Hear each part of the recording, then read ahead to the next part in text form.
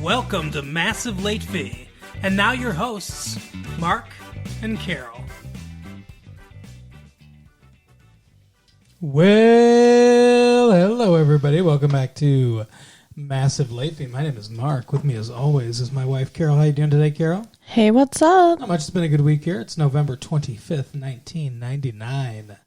Happy Thanksgiving, everyone, for those of you celebrating Thanksgiving. In case we don't get to say it again, happy Thanksgiving. Happy Thanksgiving. In the spirit of Thanksgiving, we watched a Toy Story movie. Was it in the spirit of Thanksgiving? I think the first one came out around Thanksgiving. I don't know. Okay. Around Christmas. I'm not exactly sure which one, but this is sort of around Christmas, too. We're about a month out from Christmas. So Yeah, about.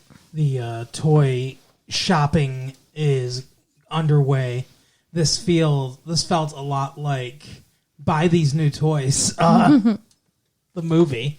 But yeah, I think it's interesting that we watched the first Toy Story was in our first season of this show, and this is our last full season. Yeah. And we're doing the sequel. Oh, all right. Anybody wondering what that sound was? The cat's trying to climb the window and fell. Yeah, Idiot. Anyway. cat's a part of the show now. Yeah, well, we try to keep him out, but it's a really determined little fucker. Mm-hmm.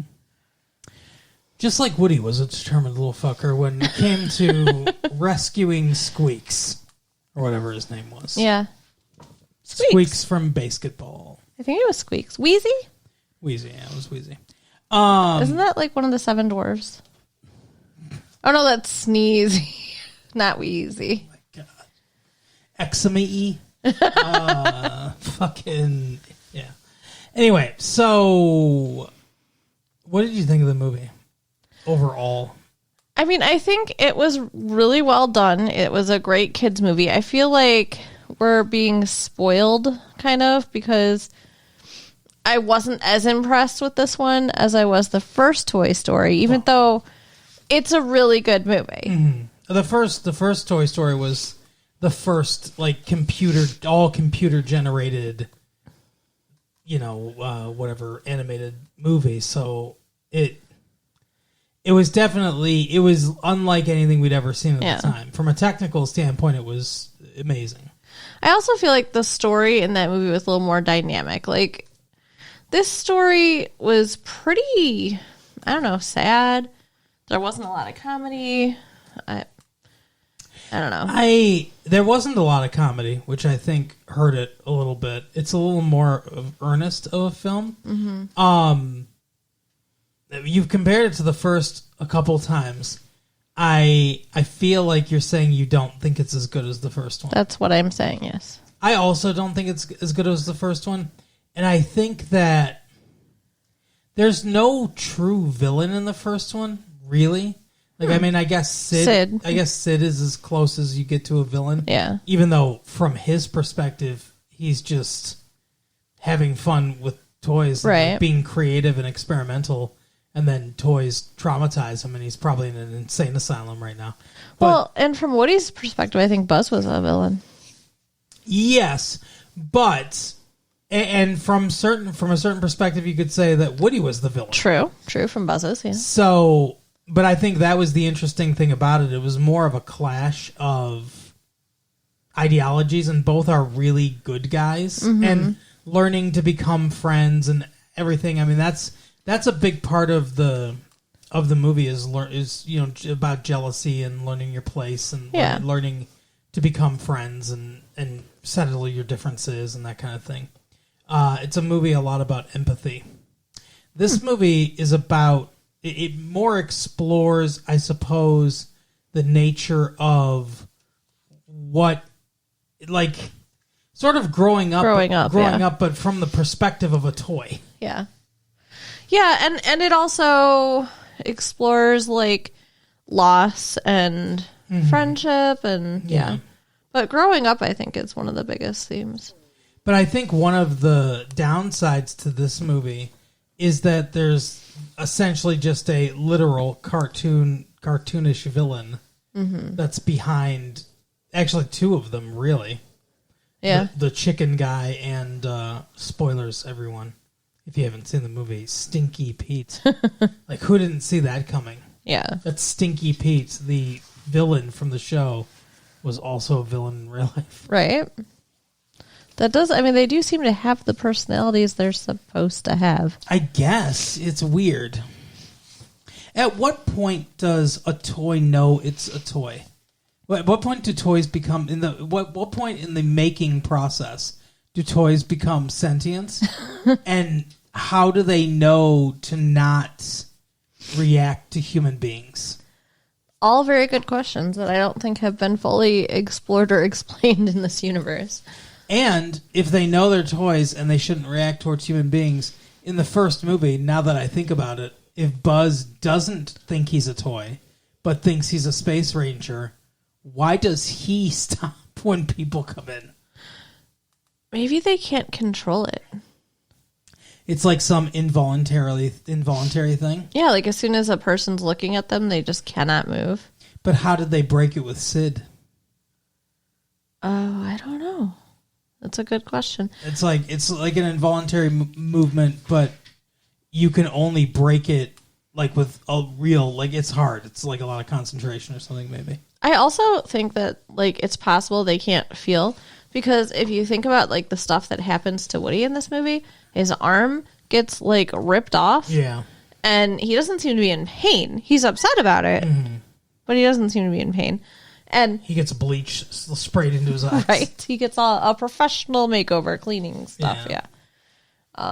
So, yeah, I don't know. I think there's some interesting laws at work in the background here. Did you recognize the cleaner guy? No. Should I? He's from like an early Pixar short. Huh. I think he's doing, I can't remember what he's doing, but he's playing chess or doing something. I don't know. No, I didn't recognize him, but I don't really pay that much attention to Pixar shorts. Oh, okay. Sorry. They're very comfortable. You're silly. What did you think of our new additions? Bullseye, Jesse, The Prospector. Barbie. Second original Buzz. So I love Bullseye. He's super cute. He's the horse. Because in this movie, we find out that Woody is actually part of a Roundup gang. Yeah, a show from the 1950s. And so he's supposed to have Jessie, who is a female, like a cowgirl. Yeah. His horse is Bullseye. And then there's the Prospector, Stinky Pete, who's like the villain they're against, I guess. And he gets kidnapped and taken to Big Al's Toy Barn. Yeah. Where he meets all these characters. So, yeah, I think the horse is adorable. Jessie is a bit much. Yeah. I don't know if I like her or not. She's very forceful and very depressing. Yeah. Like her whole backstory is super depressing. She lost her child. Well, no, I mean, her child gave her away. Like, I literally was crying in the theater about this. Like, I was so embarrassed, but I was. There's a song called, It's a very good song. When Somebody Loved Me, and it's just, like, it's showing, she's, like, playing with her, and then the girl's growing up, and she's under the bed, and eventually the girl finds her under the bed, and then just puts her in a box and leaves her on the fucking side of the road, like, garbage. Yeah. Love it. So sad. And then she ends up with Big Al, and why do you keep calling him Big Al? isn't that his name? He's a big Al. dude. I don't know. I figure in life people call him Big Al. Okay. I think people call him Weird Al. But she ends up in a box, and she's all like traumatized from being alone in this box, and talking about like I won't go back into storage, and just like the whole thing's very upsetting. Yeah. Like, why do you got to make the kids movie so dark? This is much darker than the first movie. Both in the coloration and in theme.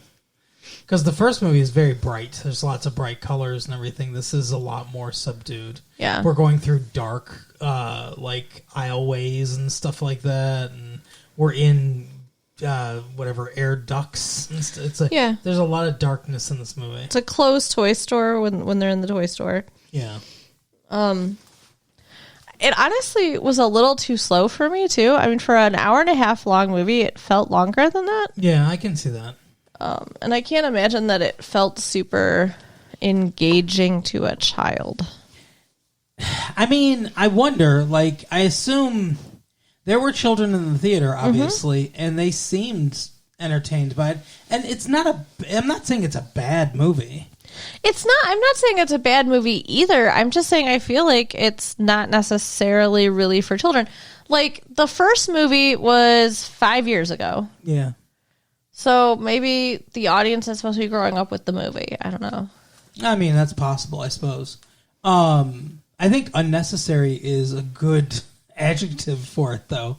I feel like this movie was unnecessary. Yeah. The first one was amazing. Very good movie. And it's kind of like a closed little thing. And then they had to make a sequel, and I don't know, it's good, it's fine, but I don't really, I guess it expands the world a little bit because now we have new characters. Yeah. Like you said, I don't know that I love Jessie because she is like just a ball of destruction. I don't know if you recognize the voice. It's Joan Cusack. Yes, I did. She has a pretty distinct voice.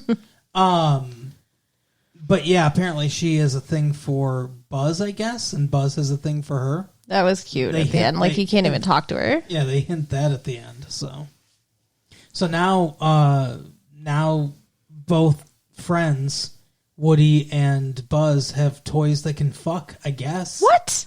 Who said anything about fucking? Why do you gotta go there? Well, I mean, what do you think they're implying? Like, he sees her do some trick or whatever, and then his wings go up with a boing sound, like he's getting an erection.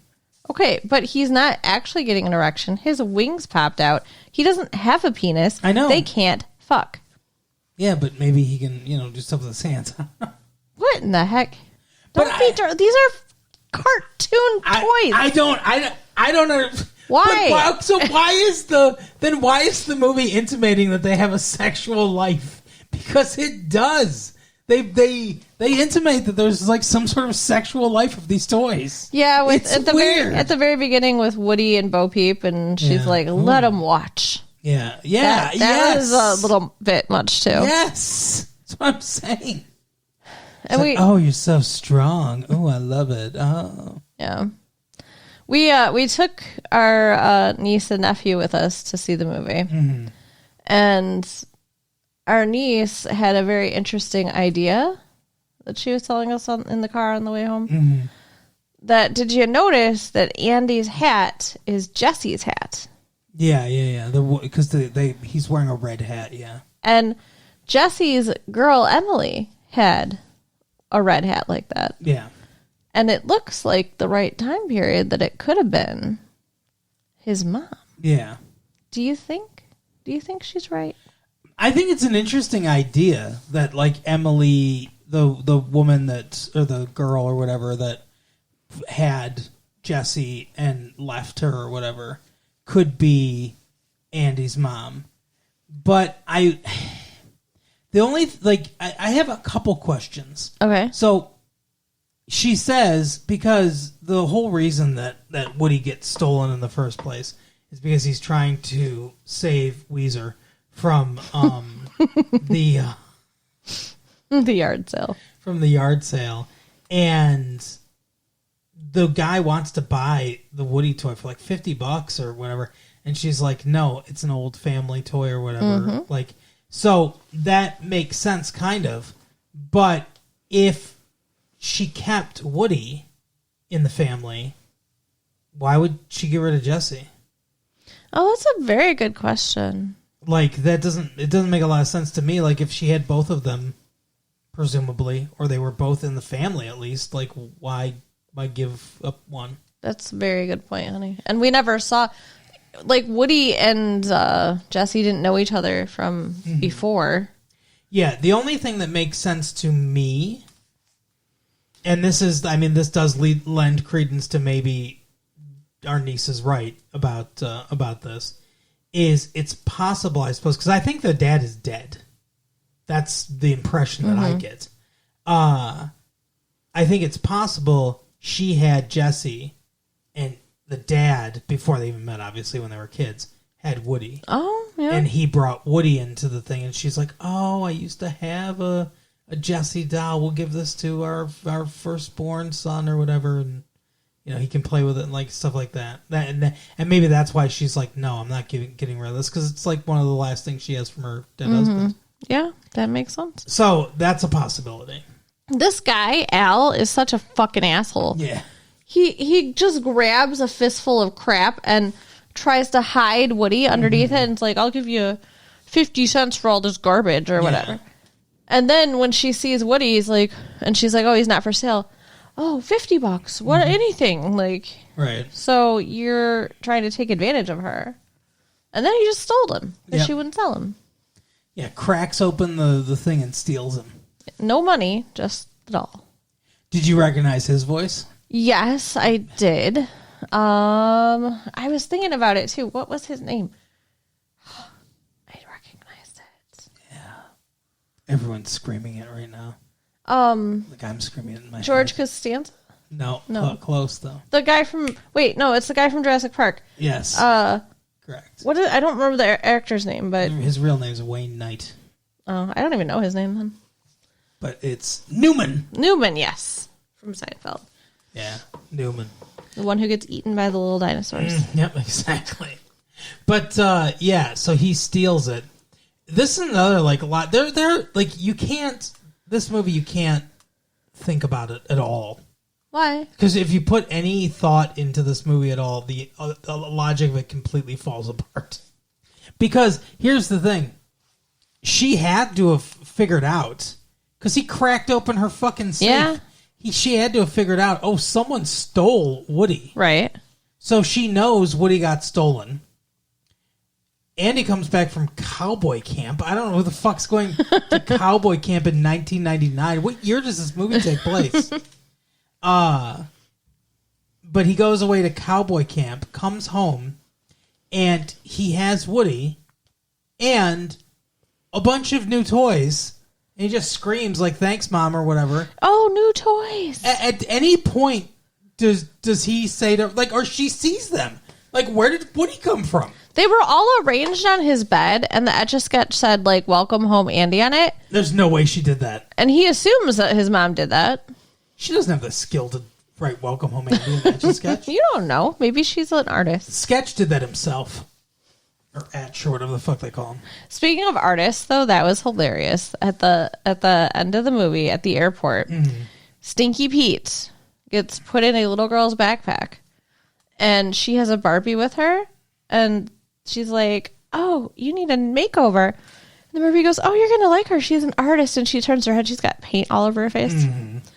He's like, "No." Because he spent his whole life in a box. Yeah, he was mint in box.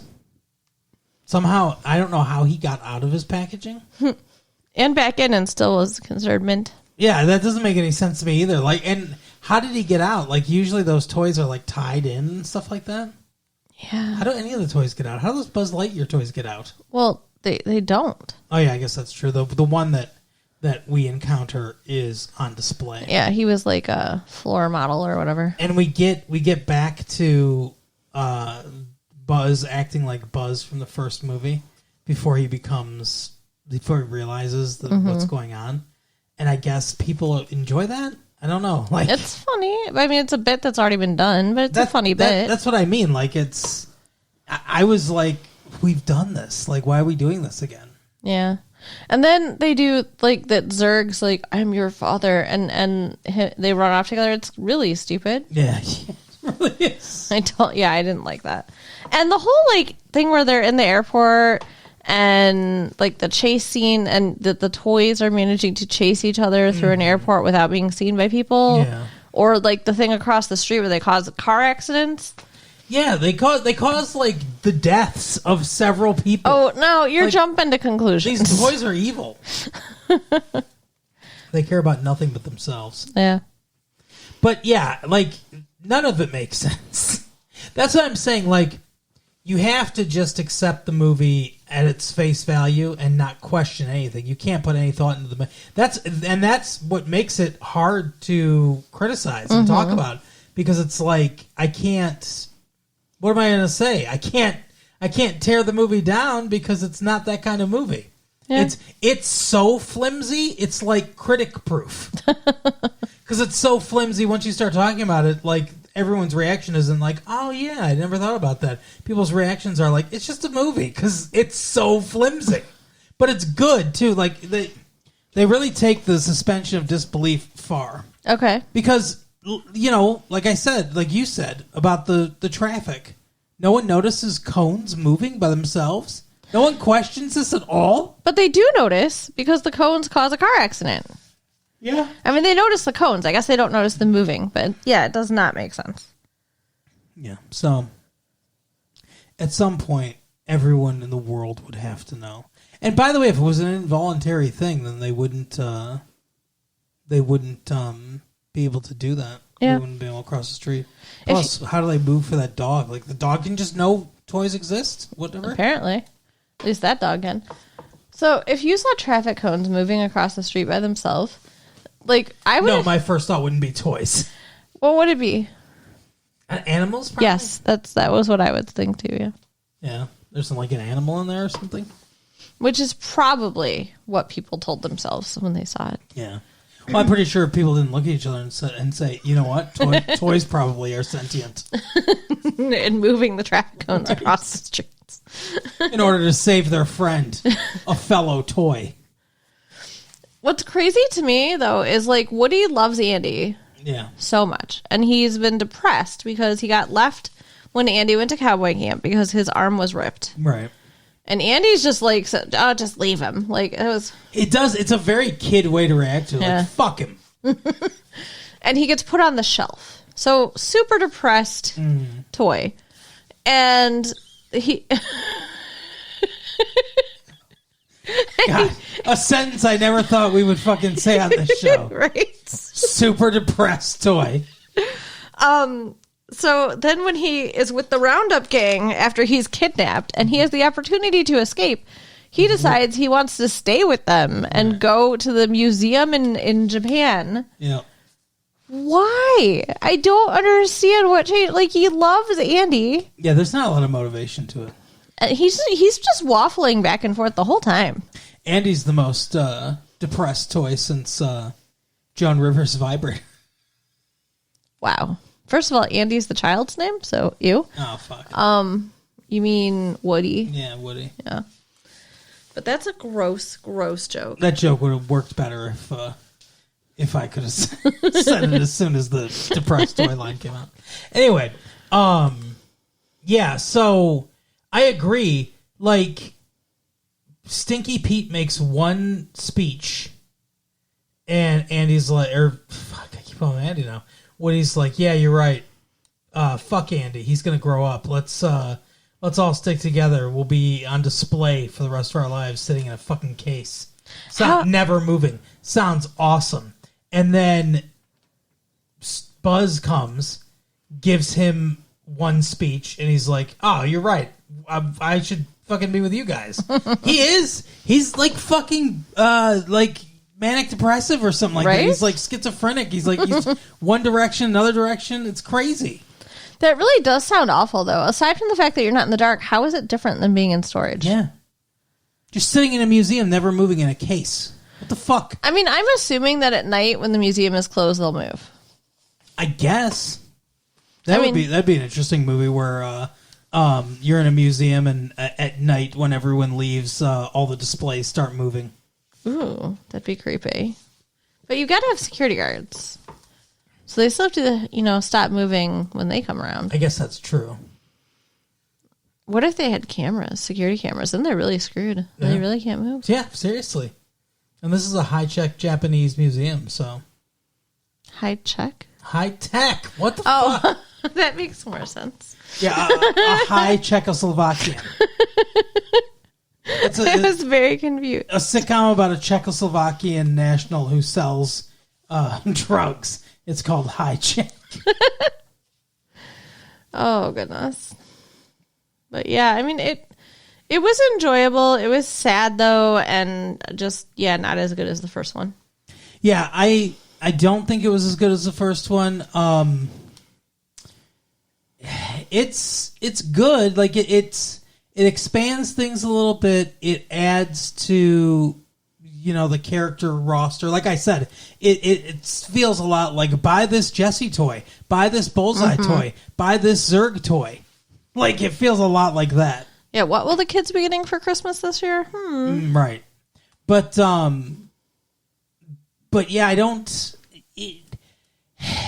in some ways, I think it's more ambitious than the first movie. Okay. Because it deals with more adult themes and in a deeper way. But I don't know that this is 100% appropriate of a medium for that. So I have to dock some points for it for that. Okay. On the whole, I would still say that it's worth seeing. Yeah, sure. I think it's worth seeing in the theater.